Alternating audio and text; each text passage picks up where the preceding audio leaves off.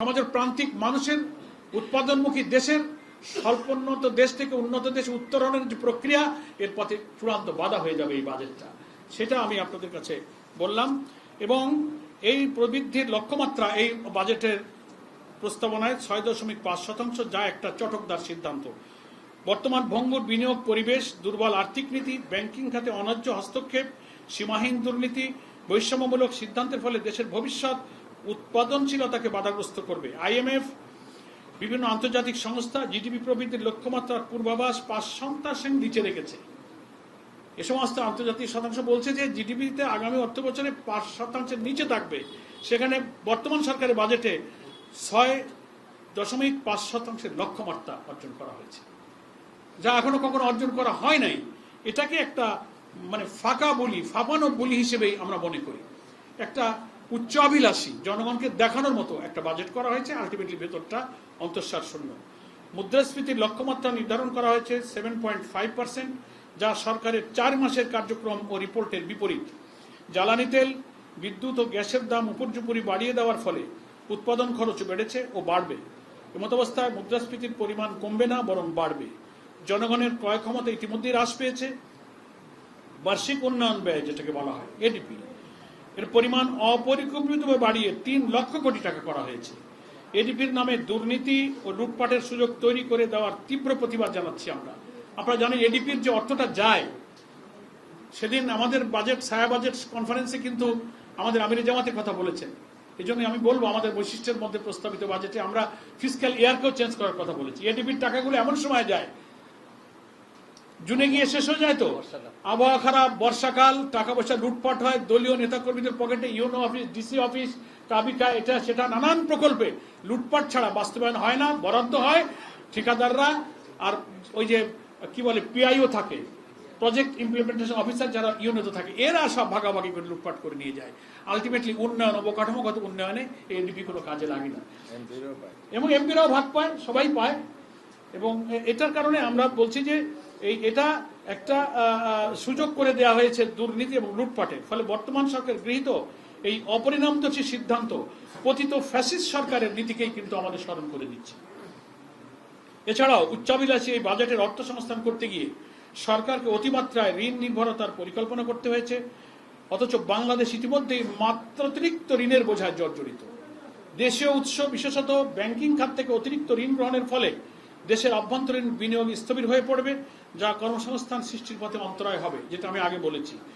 অতিরিক্ত বাজেট ঘাটতি ব্যবস্থাপনা করতে গিয়ে দেশের সামষ্টিক অর্থনীতি অস্থিতিশীল হয়ে যাওয়ার সমূহ সম্ভাবনা আছে। রাজস্ব আয়ের ক্ষেত্রে বাস্তবসম্মত কোনো রূপরেখা সরকার দিতে ব্যর্থ হয়েছে। অন্যদিকে ন্যূনতম ব্যক্তিগত কর হার 5% থেকে বাড়িয়ে 10% নির্ধারণ করা হয়েছে, যা নিম্ন মধ্যবিত্ত ও মধ্যবিত্ত জনগণের উপরে অতিরিক্ত চাপ তৈরি করবে। মুদ্রাস্ফীতিতে যেখানে নিত্য প্রয়োজন পণ্যের দাম সাধ্যের বাইরে চলে যাচ্ছে, সেখানে অতিরিক্ত করের বোঝা জীবন নির্বাহকে আরো বেশি অতিষ্ঠ করে তুলবে। তাছাড়া করদাতাদের রাষ্ট্রীয় ব্যবস্থাপনায় বিশেষায়িত সুযোগ সুবিধার কথা এই বাজেটে উল্লেখ নেই। বিদ্যমান বাজেট অবকাঠামোগত উন্নয়ন ও শিল্পের কাঁচামালের দাম বাড়ানো হয়েছে। এছাড়াও শিল্প ও উৎপাদন বিমুখতা স্পষ্টভাবে প্রতীয়মান হচ্ছে। LPG গ্যাসের উপর ভ্যাট বৃদ্ধি জনজীবনের দুর্ভোগ বয়ে আনবে। RMG অর্থাৎ গার্মেন্টস খাতে সংশ্লিষ্ট বিভিন্ন কাঁচামালের উপরে শুল্ক বৃদ্ধি করায় আমাদের রপ্তানি আয় কিন্তু হুমকির মুখে পড়বে। গণবিরোধী এই বাজেটের তীব্র নিন্দা জ্ঞাপন করছি। এই বাজেট প্রণয়নে কোনো ধরনের হটকারিতা জনগণ মেনে নেবে না। তাই অতি সত্বর অবাস্তবায়নযোগ্য, উচ্চাভিলাষী ও লুটপাটের সহায়ক বাজেট সংশোধন করে বিনিয়োগ বান্ধব, জনকল্যাণমূলক বাজেট প্রণয়নের জন্য আমরা জামাত ইসলামীর পক্ষ থেকে আজকের এই সাংবাদিক সম্মেলনে জোর দাবি জানাচ্ছি। আমি আপনাদের সামনে এই উচ্চাভিলাষী বাজেটের সঙ্গে বাস্তবতার যে অনেক দূরত্ব, এবং এখানে পরিচালন ব্যয়ের যে আধিপত্য, সুদের আবর্তে বাজেটকে জর্জরিত করে ফেলা হয়েছে, উন্নয়ন ব্যয়ের সংকোচন প্রবৃদ্ধির গতিতে লাগাম টানা হয় নাই। ঘাটতি বাজেট আপনি লক্ষ্য করেছেন, আমি শুরুতেই বলেছি, বড় ধরনের ঘাটতি বাজেট, এবং এখানে বলা হয়েছে GDPর অনুপাতে এই ঘাটতি 3.5%, যা আন্তর্জাতিক মানদণ্ড অনুযায়ী সহনীয় মনে হলেও এই অর্থায়ন প্রক্রিয়াটা কিন্তু ঝুঁকিমুক্ত হবে না। আরেকটা বিষয় হলো যে এই বাজেটের সফল বাস্তবায়নের জন্য যে 3টা বাধার কথা আমি বলেছিলাম, আর 3টা স্তম্ভের উপর এই বাজেট দাঁড়িয়ে আছে, সেইখানে সরকার খুব দুর্বল। এনবিআর এর কর আহরণ সক্ষমতা, লক্ষ্যমাত্রা অনুযায়ী রাজস্ব আদায় করা, অথচ আমাদের যে কর অ্যাডমিনিস্ট্রেশন এনবিআর এর দুর্নীতিমুক্ত কর প্রশাসনিক ব্যবস্থা কিন্তু এখানে নেই, অথচ এই ভিত্তির উপরে কিন্তু বাজেট বাস্তবায়ন দাঁড়িয়ে থাকে। মূল্যস্ফীতি নিয়ন্ত্রণ, যেটা সাধারণ মানুষের ক্রয় ক্ষমতা স্বাভাবিক রাখতে হয়, সেটাও কিন্তু এই সরকার পারছে না। ঋণ ম্যানেজমেন্ট, দেশীয় ও বৈশ্বিক ঋণের সুদের চাপ সামলাতে হবে, সেটাও সরকার কিন্তু ব্যর্থ হবে। এবং জামাত ইসলামীর সেই ছায়া বাজেটের সঙ্গে দু একটা তুলনামূলক আমি স্ট্যাটিস্টিক্স দিচ্ছি। 9,38 কোটি টাকা যে ব্যয়ের বাজেট, সেখানে আমরা জামাত ইসলামী দিয়েছিলাম 8,39,505 কোটি টাকার বাজেট। রাজস্ব লক্ষ্যমাত্রা সরকারের 7,01,150 কোটি টাকা, আমরা বলেছিলাম 6,65,926 কোটি টাকা। জামাতের রাজস্ব আদায়ের চেয়ে সরকার 35,000 কোটি টাকার মতো বেশি ধরেছে, কিন্তু এটা আদায় করা তাদের পক্ষে অসম্ভব হবে। জামাতের লক্ষ্যের চেয়ে সরকারের লক্ষ্য আরো উচ্চাভিলাষী, যদিও জামাত কর কাঠামো সংস্কারের কথা বলেছে। বাজেট ঘাটতি যে 2,36,450 কোটি টাকার, আর আমাদের জামাতের প্রস্তাবিত বাজেট ঘাটতি হচ্ছে 1,68,329 কোটি টাকা। জামাতের বাজেটে ঘাটতি অনেক কম, জিডিপি 2.43%, যেখানে সরকারের হচ্ছে 3.5%। ভিটামিন ই ও সি সিরাম 8টি প্রাকৃতিক অয়েল সমৃদ্ধ লিলি সিরাম অয়েল, যা চুল পড়া কমায় মাত্র 30 দিনে। সম্মানিত সাংবাদিক বন্ধুগণ, বাজেট দর্শনের ব্যাপারে সরকারি বাজেট ও জামাতের ছায়া বাজেটের মধ্যে কেবল সংখ্যার পার্থক্য নয়, বরং অর্থনৈতিক দর্শন ও বাস্তবায়ন কৌশলও বড় ধরনের বৈপরীত্য আছে। তার মধ্যে একটা, যেটা আমি শুরুতে বলেছিলাম, যে অর্থ বছরের পরিবর্তনের প্রস্তাব আমাদের আমিরে জামাত রেখেছেন। এই ফিসক্যাল ইয়ারকে জুলাই জুন অর্থ বছর যেটা ছিল, এটা পাল্টে জানুয়ারি টু ডিসেম্বর আমাদের ক্যালেন্ডার ইয়ারে চলে আসতে হবে। কর আদায় পদ্ধতি এবং করদাতাদের স্বস্তির জন্য গভর্নমেন্ট কিন্তু প্রস্তাব সেই 3,75,000 টাকার আয়কে কর সীমার মধ্যে রেখেছেন, আর আমরা জামাত ইসলামী বলেছি 4,50,000 টাকাকে আয়ের কর সীমা পর্যন্ত নেওয়া। পরবর্তী বছরে আমরা 5 লাখ টাকা করে আমরা করযোগ্য আয়ের সীমা পর্যন্ত নিয়ে যাওয়ার প্রস্তাব দিয়েছি। ব্যয়ের অগ্রাধিকার ও খাতভিত্তিক বরাদ্দ আমরা সেখানে ডিটেলস বলেছি। করমুক্ত আর কি, করমুক্ত আয়ের সীমা। তো আমি কথা আর বাড়াতে চাই না, সংক্ষেপে বলতে চাই যে জামাত ইসলামীর ছায়া বাজেটটা মূলত একটা জনকল্যাণমুখী সংস্কারপন্থী রূপরেখা দেওয়ার চেষ্টা করেছে। সরকারের বাজেটের তুলনায় এটা কম ঘাটতি এবং কম বৈদেশিক ঋণ নির্ভর। তো এর মূল চ্যালেঞ্জগুলো মোকাবেলা করে যদি এই অধিবেশনে বাজেটের আলোচনার সুযোগ দিয়ে বিরোধী দলের যে সমস্ত বাজেটের সুযোগ থাকবে, কাটমাসন থাকবে, বাজেট আলোচনা থাকবে, বিভিন্ন প্রস্তাবনার সংশোধন গ্রহণ করে সরকার যদি সেই বাজেট প্রস্তাবনাকে সংশোধন করে, এবং ব্যাংকিং সেক্টরে যে নৈরাজ্য এক্ষুনি শুরু করেছে, অনেকগুলো ব্যাংক 5টা ব্যাংকে মার্জ করে দিয়েছে, ব্যাংক রেগুলেশন আইন করে লুটপাট করে কালো টাকা বিদেশে অর্থ পাচার করা, জনগণের টাকা লুটপাট করে নেওয়া, জোর করে সরকারের গোয়েন্দা সংস্থাকে কাজে লাগিয়ে কিছু লোকের হাতে হাজার হাজার কোটি টাকা, লক্ষ কোটি টাকা তারা দিয়ে আওয়ামী লীগ যে ফ্যাসিবাদী রাস্তা দেখিয়ে গিয়েছিল, এখন বিএনপি সরকার সেই রাস্তায় হাঁটছে। যে ঠিক আছে, এস আলম সাহেব লুটপাট করে খেয়েছে, তো এখন আমরাও এখন এস আলমের ঘাড়ে ভর করে তার এই ইসলামী ব্যাংকটা প্রায় 80% শেয়ার বোধহয় সে জোর দখল করে তার দখলে রাখছে। এইটাকে আমাদের আমিরে জামাত পার্লামেন্টে বক্তব্যে দাবি করেছেন, যার শেয়ার জোর করে অন্যায়ভাবে নেওয়া হয়েছে যে মূল্যে, সেই মূল্যেই সেই শেয়ারগুলো তাদের কাছে ফেরত দেওয়া হোক, এবং অন্যায়ভাবে ব্যাংকের চেয়ারম্যান এমডিকে বদল করে এস আলমের পছন্দ মতো চেয়ারম্যান এমডি নিয়োগের যে পায়তারা করছে বাংলাদেশ ব্যাংকের গভর্নর, এটার আমরা তীব্র নিন্দা জানাই। এবং এই ব্যাংক কাঠামো এই নৈরাজ্যপূর্ণ অবস্থায় যদি এই বাজেট পাস হয়, তাহলে বাংলাদেশের শুধু ব্যাংক নয়, গোটা অর্থনীতি, আমাদের আমিরে জামাতের ভাষায় বলবো, পার্লামেন্টে বলেছেন যে মাটির সাথে এদেশের অর্থনীতি মিশে যাবে, বেকারত্ব দূর হবে না, কর্মসংস্থান হবে না, আমরা একটা কঠিন সংকটে পড়বো। সেজন্য সাংবাদিক বন্ধুগণ, দেশবাসীর কাছে বলবো, আসুন এই লুটপাটের বাজেট, যা গণবান্ধব নয়, উন্নয়ন বান্ধব নয়, বরং গণবিরোধী, তার বিরুদ্ধে আমরা সোচ্চার হই এবং সরকারের কাছে দাবি জানাই যে কালো টাকাকে সাদা করার সুযোগ এবারও রাখা হয়েছে। এগুলো থেকে মুক্ত করে একটা জনমুখী জনবান্ধব বাজেট প্রস্তাবনা চূড়ান্ত করে রেওয়াজ অনুযায়ী 30শে জুন বাজেট পাস হয়, তার আগে পার্লামেন্টে সেই সুযোগটা দিয়ে সরকার এখানেও যেন সংখ্যাগরিষ্ঠতার জোরে গণভোটের রায় না মেনে যেমন জনগণের বিরুদ্ধে গিয়েছেন, এই গণবিরোধী বাজেট জোর করে চাপিয়ে দিয়ে আপনারা আর জনগণের বিরুদ্ধে যাবেন না। তাহলে রাজনীতির বিতর্কের জায়গা পার্লামেন্ট আছে এখনো, এটাকে আপনারা রাজপথে নিয়ে যাবেন না। সরকারের কাছে সেই আহ্বান জানিয়ে বাংলাদেশ জামাত ইসলামীর সম্মানিত আমির বিরোধী দলীয় নেতা ডক্টর শফিকুর রহমানের পক্ষ থেকে আপনাদের এবং দেশবাসীকে আন্তরিক ধন্যবাদ জানিয়ে জামাত ইসলামীর অফিসিয়াল বাজেট প্রতিক্রিয়া আমি সংক্ষেপে শেষ করলাম। এখন আপনাদের প্রশ্নের উত্তর দেওয়ার সুযোগ থাকবে। আমাদের ডক্টর হামিদুর রহমান আজাদ ভাই, আব্দুল হালিম ভাই, রেজাউল ভাই নেতৃবৃন্দ যারা আছেন তারা এই বাজেট ব্যাপারে প্রশ্নের উত্তরে ওনারা শেয়ার করবেন। সকলকে ধন্যবাদ। আসসালামু আলাইকুম ওয়া রাহমাতুল্লাহি ওয়া বারাকাতুহু।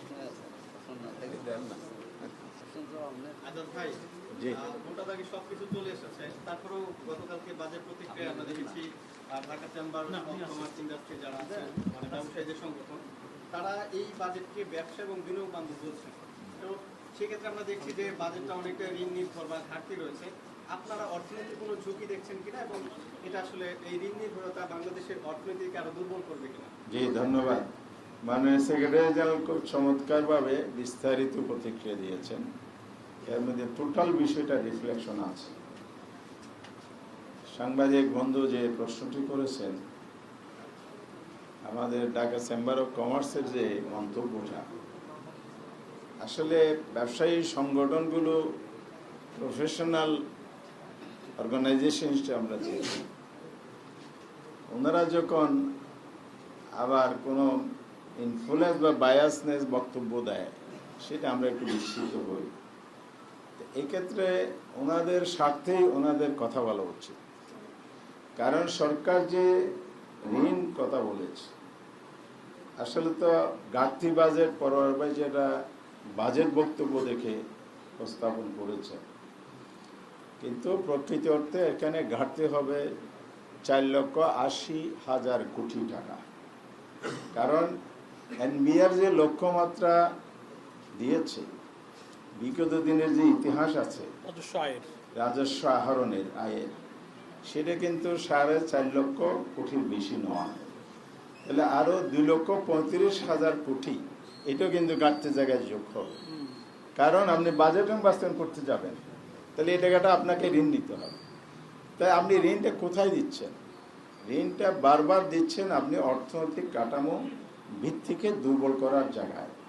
কিন্তু আপনি বিনিয়োগের জায়গায় যখন দুর্বল করবেন, কর্মসংস্থান হবে না, ইন্ডাস্ট্রি গড়ে উঠবে না, উদ্যোক্তা তৈরি হবে না, এবং দেশের বিনিয়োগের যদি পরিবেশ তৈরি না হয়, সেক্রেটারি জেনারেল যে ব্যাংকিং খাতের কথা বলছেন, ব্যাংকের নৈরাজ্য দূর হলে, সুশাসন কায়েম হলে আপনার শেয়ার বাজারও কিন্তু চাঙ্গা হয়ে যাবে। একটার সাথে অর্থনীতির কানেক্টিভিটি আছে, কানেকশন আছে। এসব মিলিয়ে ব্যবসায়ীদেরকে দাবি করা উচিত ছিল আমাদের বিনিয়োগ খাতে যে আপনারা বেসরকারি বিনিয়োগ যে 6% বলেছেন, এটা বাড়ানোর কথা দাবি করা উচিত ছিল। তাহলে সামগ্রিক ব্যবসায়ীদের প্রতিনিধিত্ব হইত। আপনারা যদি ব্যবসায়ীদের থেকে সাক্ষাৎকার নেন, মন্তব্য নেন, তারা এই কথাটাই বলবে। তাহলে আমার দেশের আভ্যন্তরীণ বিনিয়োগ, বিদেশি বিনিয়োগ দুটার সমন্বয়ে কিন্তু বাংলাদেশে ঘাটতি বাজেট কর আহরণের মাধ্যমে, কর্পোরেট ট্যাক্সের মাধ্যমে এবং ইন্ডিভিজুয়াল ট্যাক্সের মাধ্যমে এটা জোগাড় করা সম্ভব। সেই জায়গাটা আমরা সেভাবে দেখছি। অর্থাৎ ব্যবসায়ীদের সঠিক প্রতিনিধিত্ব মন্তব্য হয়েছে বলে এটা আমি মনে করছি না। ওনাদের বরং ওনারা ফ্যাসিলিটিগুলো কি দেয়া হয়েছে। জামাত ইসলামের বাজেটে আমির জামাত সুস্পষ্ট বলেছেন, আমাদের মিলন হয়ে যে বক্তব্য দিয়েছেন বাজেট প্রস্তাবনা, সেখানে স্পষ্ট বলা আছে আমরা ব্যবসায়ীদের সাথে, স্টেক হোল্ডারদের সাথে আলাপ আলোচনার ভিত্তিতে কর্পোরেট ট্যাক্স ক্রমান্বয়ে নামিয়ে নিয়ে আসবো। কিন্তু এই সরকার কি সেটা করেছে? না, এটা করে নাই। তারা আগের জায়গায় আছে। কর্পোরেট ট্যাক্স যে অতিমাত্রার কর আরো আগে থেকে আছে, সেটাকে ধরে রেখেছেন। এই কালো টাকা সাধু করা যে কথাটা বলা হয়েছে, 30% রিয়েল এস্টেটে বিনিয়োগ করে আগে হয়তো এটা 15% ছিল, এখন ওনারা করেছেন 30% দিয়ে আপনি সাদা করতে পারবেন। পার্সেন্টেজ যাই আপনি বলেন না কেন, কিন্তু আপনি এখানে দুর্বৃত্তায়ন কিন্তু পৃষ্ঠপোষকতা দিচ্ছেন।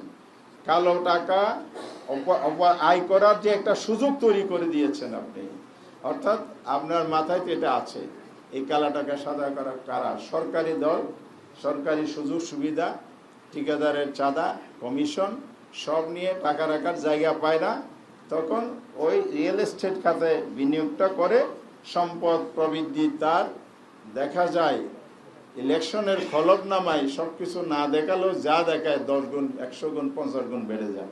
কেন? ওই কালো টাকার সুযোগ দিয়ে বৈধ করা হয়েছে। এটা চিরতরে বন্ধ করা উচিত। এটা না হলে কোনোদিন দুর্নীতি মুক্ত বাংলাদেশ হবে না। আমি আরেকটা কথা বলে শেষ করব আপনার প্রসঙ্গক্রমে।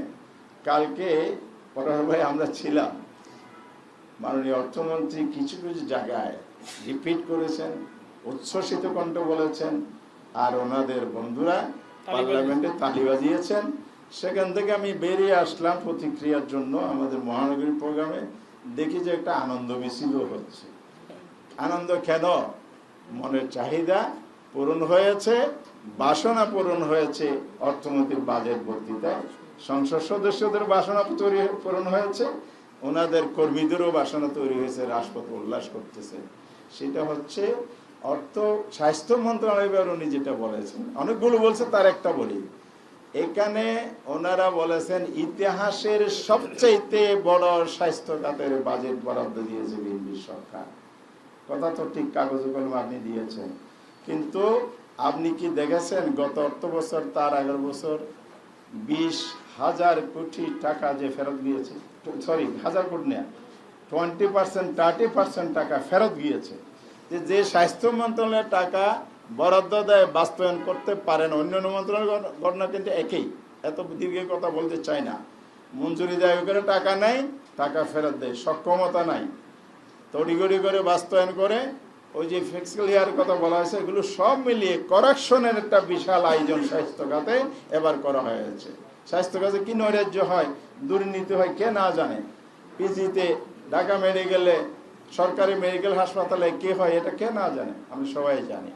সুতরাং এই যে একটা দুর্নীতির যে চক্র আছে, এই চক্রের সাথে রাজনৈতিক দুর্বৃত্তায়ন সহ মিলিয়ে লুটপাটের একটা বিশাল আয়োজন করার জন্য যে একটা বড় বাজেট স্বাস্থ্য খাতেও দেওয়া হয়েছে, অন্যান্য খাতে কিছু বাড়ানো হয়েছে।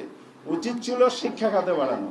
শিক্ষার মাধ্যমে যে দক্ষ ম্যানপাওয়ার তৈরি হয়, সেটাই তো আমাদের একটি আগামী দিনের সমৃদ্ধ বাংলাদেশ উপহার দিতে পারে। সোশ্যালাইজেশনের কথা এখানে নাই। সেই জায়গাটা যদি আপনি মোরাল এডুকেশন সহ যদি নিয়ে আসতে পারেন, তাহলে করাপশন ফ্রিও হবে, স্কিল বাড়বে, দক্ষ ম্যানপাওয়ার তৈরি হবে। এখানে মাত্র 0.5%, 0.5% আপনি বাড়িয়েছেন। আগে ছিল 1.5% টোটাল বাজেটের, এবার 2% করেছে।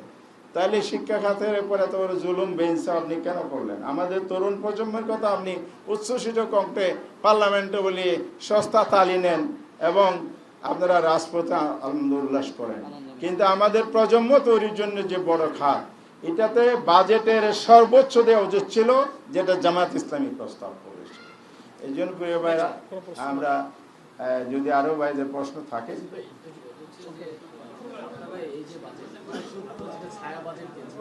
এই বাজেটটা আপনারা সরকারি দলকে দিয়েছেন কিনা এর আগে?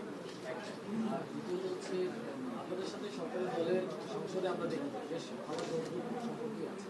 সেক্ষেত্রে সংসদে আপনারা এই যে আপনাদের যে ছায়া বাজেটটা, সেটা সরকারকে কতটুকু দিতে পারবেন, সংসদে আপনাদের ভূমিকাটা কি? ধন্যবাদ। আমাদের যে প্রেস ব্রিফিংটা হয়েছে আমির জামাতের নেতৃত্বে, সেখানে সরকারকে উদ্দেশ্য করে এই ছায়া বাজেটও ইনক্লুড করার জন্য দেওয়া হয়েছে। সরকারও তো বাজেট উপর পরামর্শ চায়, সবাইকে সরকারের কাছে গিয়ে জমা দেয় তা না, সরকার বিভিন্ন সোর্স থেকে নেয়। আর প্রধানমন্ত্রী কি বলছে, এটা তো সরকারের একটা দায়িত্বের মধ্যেই পড়ে পরামর্শ বিবেচনা নেওয়ার জন্য, এটা জমা দেওয়ার প্রয়োজন নেই। 2 নম্বর হচ্ছে আপনারা সুসম্পর্কর পার্লামেন্টের মধ্যে বলছেন, এটা আমাদের গঠনমূলক ইতিবাচক ভূমিকা স্পিকার স্বীকৃতি দিয়েছে। বাংলাদেশের ইতিহাসের সবচেয়ে সুশৃঙ্খল গঠনমূলক ভূমিকা পালনকারী বিরোধী দল হচ্ছে আজকের এই সংসদে। এবং তিনি একথাও বলেছেন যে আমি এই সংসদে বহুবার এসেছি, এত সুন্দর গঠনমূলক বক্তব্য রেখে শৃঙ্খলা বজায় রেখে এরকম বিরোধী দলীয় নেতাও দেখিনি। বিরোধী দল নেতাই প্রথমবারের মতো জাতীয় স্বার্থে কোনো প্রস্তাব এনেছে, একথাও উনি বলেছেন। এটা জামাতের ইতিবাচক রাজনীতির যে ঘোষণা ইলেকশনের পরদিন আমির জামাত এই জায়গায় দিয়েছিলেন, সেটার কারণে পরিবেশটা তৈরি হয়েছে। আমরা এটা বজায় রাখতে চাই। সরকার যদি এটা নষ্ট করে সেক্ষেত্রে কি করতে হবে এটাও আমির জামাত বলেছেন।